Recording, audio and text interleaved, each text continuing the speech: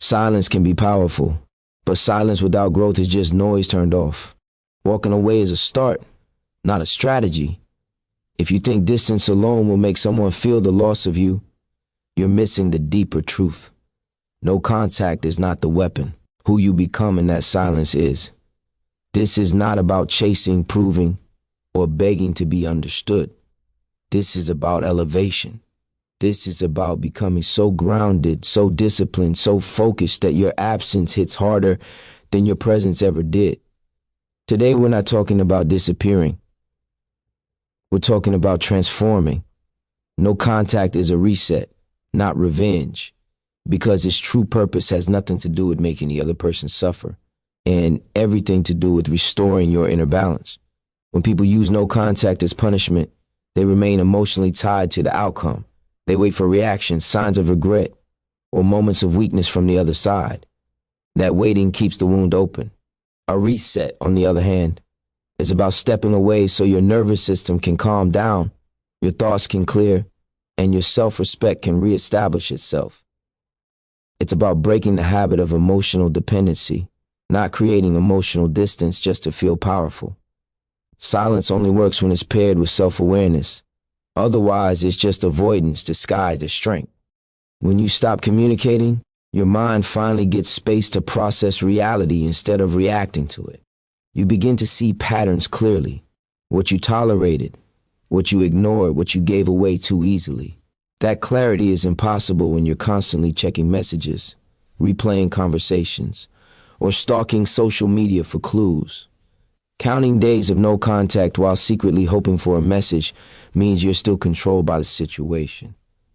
Real no contact begins the moment your actions are no longer driven by emotional impulses. You stop reaching out not because you want to be missed, but because you value your peace more than temporary relief. Regaining control over yourself is the real victory. It's learning to sit with discomfort without trying to fix it through external validation. It's choosing dignity over desperation, discipline over drama. When you reset, your energy shifts. You stop operating from lack and start operating from self-respect. That shift changes how you show up in every area of life, not just relationships. Revenge keeps you stuck in the past. A reset prepares you for the future.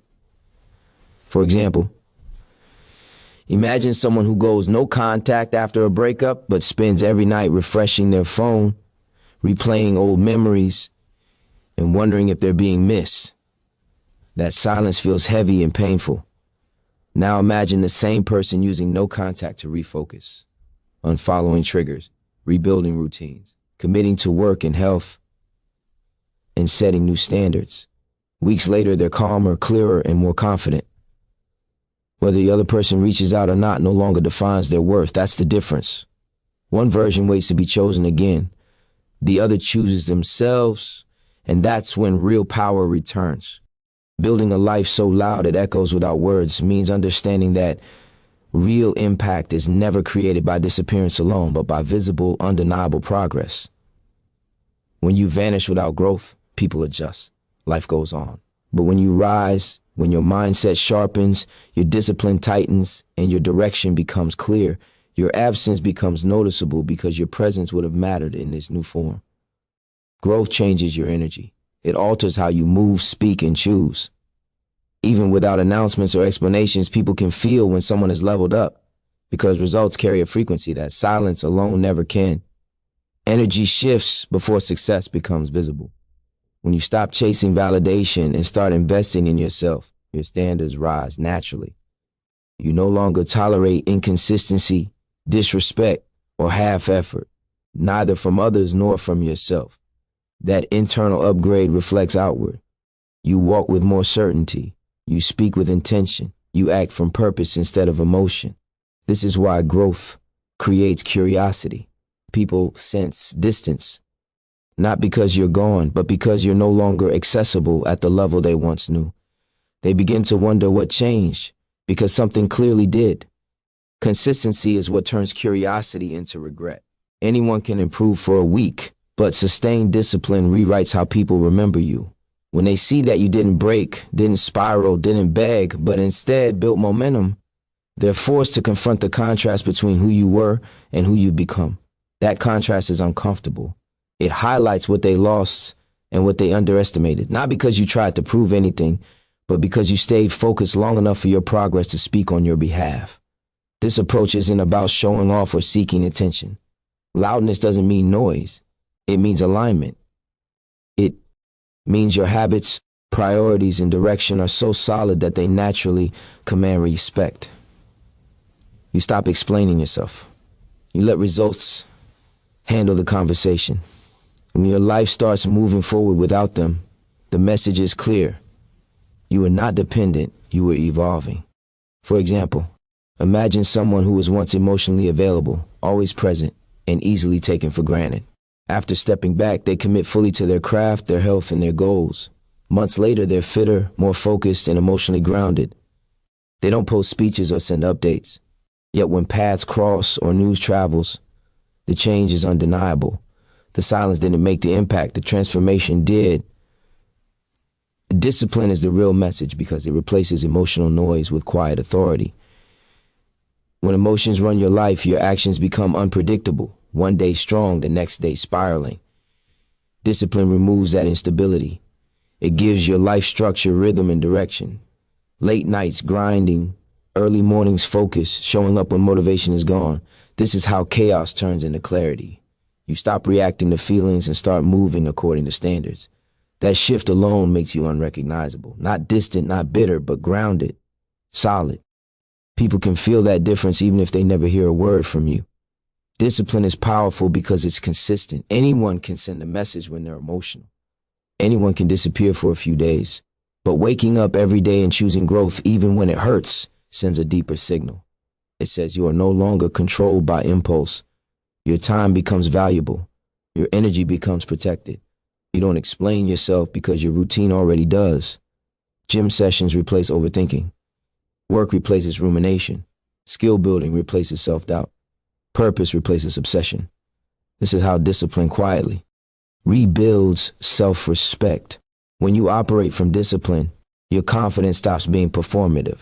You're not trying to look strong. You actually are strong. You no longer need to be seen to feel validated. You don't need closure conversations or last words. Your focus narrows. Your priorities sharpen. That internal order creates external calm.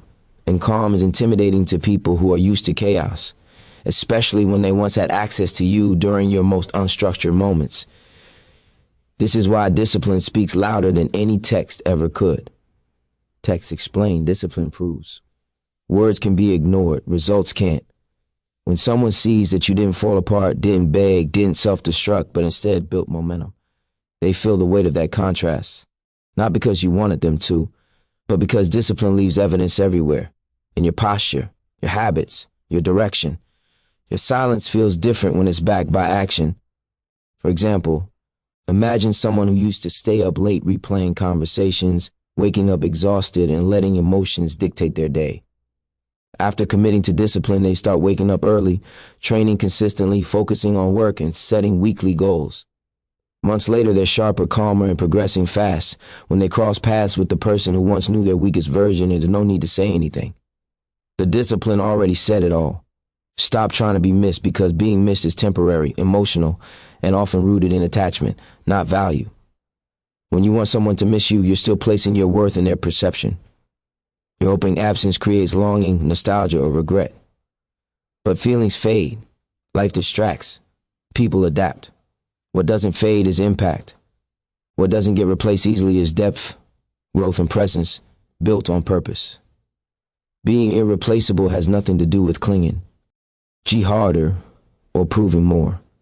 It has everything to do with becoming so aligned with your highest self that comparison no longer applies. If someone replaces you quickly, it doesn't automatically mean you were insignificant.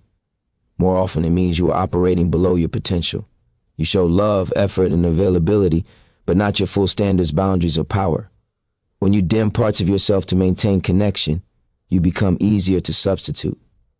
Not because you lack value, but because you haven't fully expressed it yet. Real value isn't loud or desperate. It's rare, disciplined, and rooted in self-respect. Your job is not to compete with the next person in their life. Competition keeps you reactive and small. There will always be someone new, different, or convenient. Trying to outperform that only traps you in comparison. Evolution frees you from it. When you focus on growth, your mindset, health, skills, emotional intelligence, and purpose, you change lanes entirely. You stop asking, why wasn't I enough? And start asking, who do I need to become to never abandon myself again? That's where power returns. When you outgrow the version of yourself they left, something shifts. The dynamic reverses. You're no longer defined by what ended, but by what began afterward. That growth creates contrast. And contrast creates realization. Not always immediately, not always directly, but deeply. Because people don't regret losing what stayed the same. They regret losing what evolved beyond reach. Being irreplaceable doesn't mean everyone comes back. It means no one replaces you in the same way. You become a reference point, not an option. And by the time that truth settles in for them, you're no longer waiting to be chosen. You've already chosen yourself. For example, imagine someone who was always available, accommodating, and emotionally giving in a relationship, but lacked boundaries and self-focus. After the breakup, instead of trying to be missed, they commit to growth, leveling up their careers, strengthening their body, and sharpening their mindset. Months later, they're confident, calm, and purpose-driven. When the past resurfaces, the realization hits. The person who was once easily replaced no longer exists. That's not absence being felt. That's value being recognized too late. Detaching from the outcome means releasing your emotional dependence on how someone else reacts, feels, or responds to your growth. As long as you care deeply about whether they miss you, regret losing you, or finally understand your value, your power is still outside of you. You may not be texting or calling, but internally, you're still waiting. Waiting keeps you tied. Detachment cuts the cord. It's the moment you stop measuring your progress by their reaction and start measuring it by your alignment with purpose, peace, and self-respect. This doesn't mean you suddenly stop feeling or become emotionally cold. It means you stop bargaining with life for validation. You ain't OP asking, will this make them feel it? And start asking, does this move me forward? When you detach, your actions become cleaner. You're no longer improving yourself to send a message or prove a point. You're improving because growth feels right. That shift is subtle, but it's powerful. People can sense when someone is acting from wholeness instead of hunger. Ironically, this is when your presence or absence hits the hardest. When you're no longer trying to be seen, you become noticeable. When you're no longer chasing acknowledgement, your calm creates contrast. Detachment removes emotional pressure, and pressure is what repels people. Peace attracts attention because it signals confidence, stability, and inner strength. You're no longer reacting, explaining, or positioning yourself to be chosen. You're moving with direction, and direction is magnetic. Detachment is not giving up hope. It's giving up control over things that were never yours to control. You cannot force someone to realize your worth on your timeline. What you can control is how you show up for your own life. When you align with purpose, work, discipline, health, values, you don't need external validation to feel grounded. Your sense of worth becomes internal. That's mastery. You're no longer shaken by silence or validation starved by attention. Once detached, even if they never reach out, you still win. And if they do reach out, you're no longer desperate for it. You're calm, clear, and selective. Either way, you're standing on solid ground. That's real power. Being okay regardless of the outcome. For example, imagine someone who goes no contact but constantly wonders if the other person misses them. Every improvement feels like a performance. Now imagine that same person shifting focus entirely, training daily, committing to their craft, rebuilding routines without checking for reactions. Weeks later, they feel lighter and focused. When a message finally comes, it doesn't shake them. They read it calmly, without urgency. In that moment, the power is obvious. Detachment didn't push the other person away. It freed the individual who stopped waiting. Becoming peaceful instead of bitter is one of the hardest shifts to make because bitterness often feels justified. When you've been hurt, disrespected, or discarded, resentment can feel like protection. It convinces you that holding on to anger keeps you strong. In reality, bitterness keeps you anchored to the exact moment that wounded you. It replays the past on a loop, drains your energy, and silently gives power to someone who is no longer present. Peace, on the other hand, is not denial and it's not weakness. It's the decision to stop letting old pain dictate your current direction. Peace doesn't mean what happened didn't matter. It means you refuse to let it define you. When you choose peace, you stop waking up mentally exhausted by memories, arguments, and imagined conversations. You stop proving points to people who are no longer listening. Forgiveness plays a key role here, but forgiveness is often misunderstood. It's not saying what happened was acceptable. It's saying you're done paying the emotional cost for it. You release the weight, not the lesson. You keep the wisdom and drop the resentment. Bitterness narrows your vision. It makes everything personal, everything reactive. Peace widens it. When you're peaceful, your confidence becomes quiet instead of defensive. You don't need to announce your growth or justify your boundaries. You move with calm certainty. That calm is powerful because it signals self-mastery. People expect anger, explanations, or emotional chaos. When they're met with composure and clarity instead, it creates contrast. Calm confidence is unsettling to those who expected you to break. Energy shifts when peace replaces resentment. Your body relaxes. Your decisions improve. You stop making choices to spite the past and start making choices that serve your future. Even from a distance, people can sense this change. There's a difference between someone who is pretending to be okay and someone who truly is. Peace shows up in posture, tone, patience, and presence. It doesn't chase closure. It creates it internally. For example, imagine someone who is deeply hurt in a relationship and spends months replaying betrayals, criticizing the other person in their mind, and comparing themselves to the next chapter of that person's life. That bitterness keeps them stuck.